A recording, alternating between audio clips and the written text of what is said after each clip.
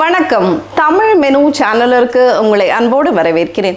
அனைவருக்கும் தமிழ் புத்தாண்டு நல்வாழ்த்துக்கள். இன்னைக்கு நம்ம கிச்சனில் புத்தாண்டு ஸ்பெஷலில் மனம் சுவை திடமிக்க இடி சாம்பார் தாங்க பார்க்க போகிறோம். எங்கள் ஊர் திருநெல்வேலி ஸ்டைலில் மசாலா பொருட்கள்லாம் மணக்க வறுத்து உரலில் போட்டு இடித்து செய்கிற மசாலா தான் சீக்ரெட்டே.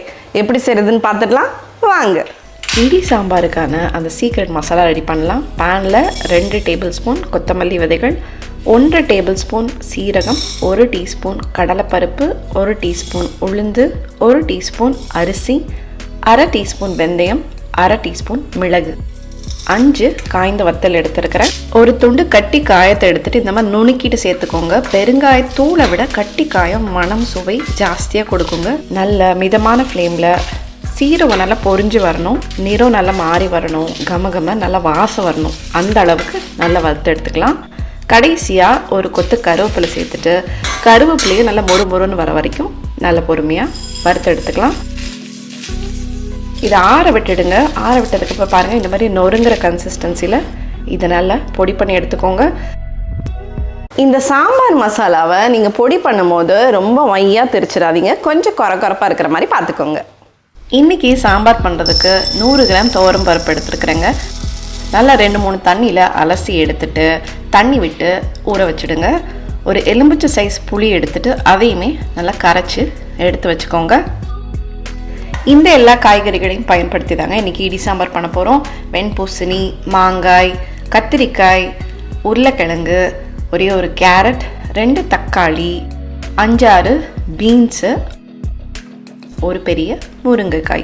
காய்கறிகள் எல்லாத்தையுமே நல்லா பெருசாக வெட்டிக்கலாம்.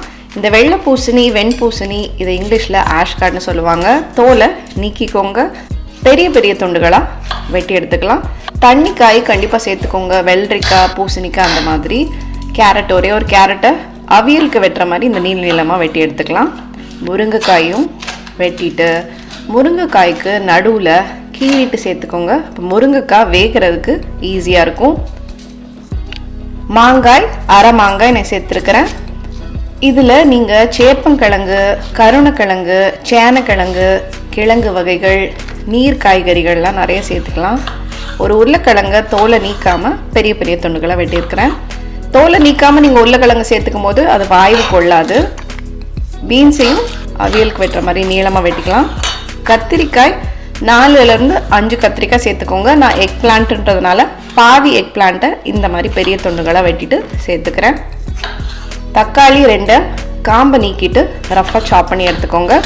இதில் நீங்கள் அவரைக்காய், சீனி அவரைக்காயெல்லாம் கூட சேர்த்துக்கலாங்க.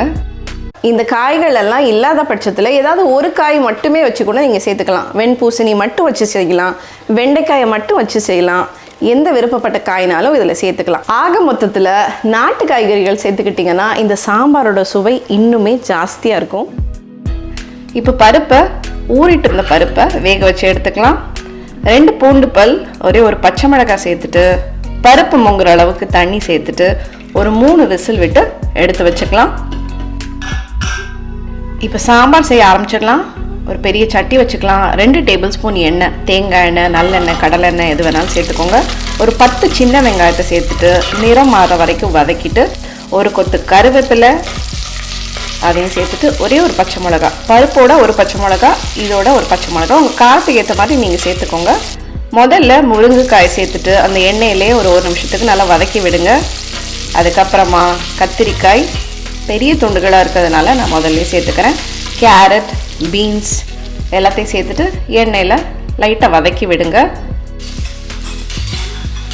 அதுக்கப்புறமா தண்ணி காய் சேர்த்துக்கலாம். உருளைக்கிழங்கு இந்த எண்ணெயிலே கொஞ்சம் காயை லைட்டாக பரட்டி விட்டால் போதும், ரொம்ப ஜாஸ்தியாக வேண்டாம்.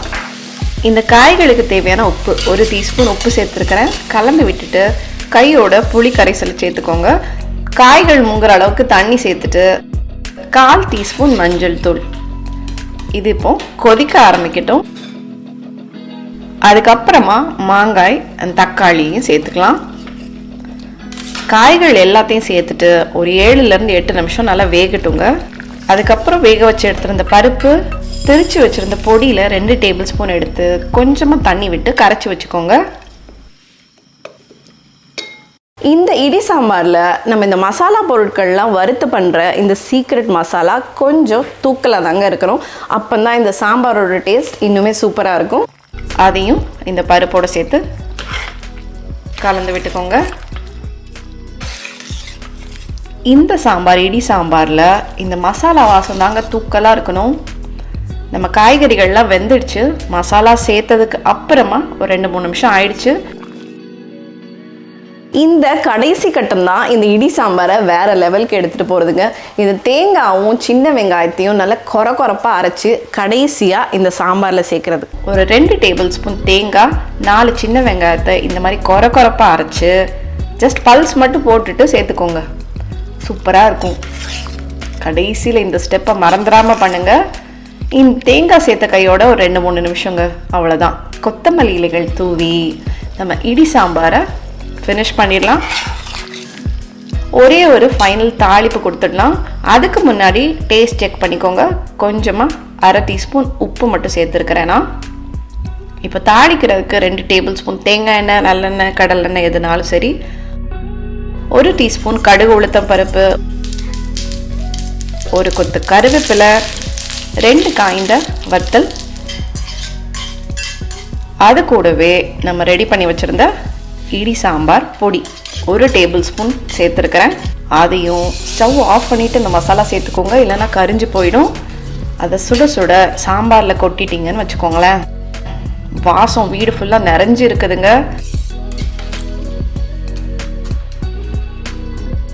சூப்பராக இடி சாம்பார் ரெடி. இப்போ இதை சர்வ் பண்ணி எப்படி இருக்குதுன்னு டேஸ்ட் பண்ணி பார்த்துடலாம். காய்கள்லாம் பார்த்தீங்களா, நல்லா முழுசாக இருக்குது. அப்படி தான் இருக்கணும். நல்ல பெரிய ஒரு வாழை இலையாக போட்டு எலுமிச்சை ஊறுகாய், தயிர், சோறு போட்டு இந்த இடி சாம்பாரை ஊற்றி கூட்டு பொரியெல்லாம் தேவையே இல்லைங்க. அது கூட அப்பளம் வச்சுக்கோங்களேன், ஒரு கம்ப்ளீட் மீல். வாவ், அவ்வளோ ஒரு மனம், அவ்வளோ ஒரு சுவைங்க. புளிப்பு, காரம், உப்பு எல்லாம் பக்காவாக இருக்குதுங்க. சும்மா பறக்குதுங்க. சுற்று வட்டாரத்தில் எல்லாருக்கும் ஊட்டி விட்டு காலி. நீங்களும் பண்ணிவிட்டு எப்படி இருந்து மறக்காமல் சொல்லுங்கள். வரவிருக்கும் புதிய ஆண்டு அனைவருக்கும் புதிய தொடக்கங்கள், ஆரோக்கியம், நிறைவான தருணங்களை வழங்கட்டும். இந்த பாரம்பரிய சுவை நிறைஞ்ச இடி சாம்பாரை கட்டாயம் வீட்டில் செஞ்சு சாப்பிட்டுட்டு எப்படி இருந்ததுன்னு சொல்லுங்கள். இந்த வீடியோவை லைக் பண்ணுங்கள், உங்கள் சொந்த பந்தங்களோட ஷேர் பண்ணுங்கள். தமிழ் மெனு சேனலை சப்ஸ்கிரைப் பண்ண மறந்துடாதீங்க. மற்றும் ஒரு ரெசிபியோட அடுத்த வாரம் மீண்டும் சந்திப்போம். நீங்களும் சமைக்கலாம்.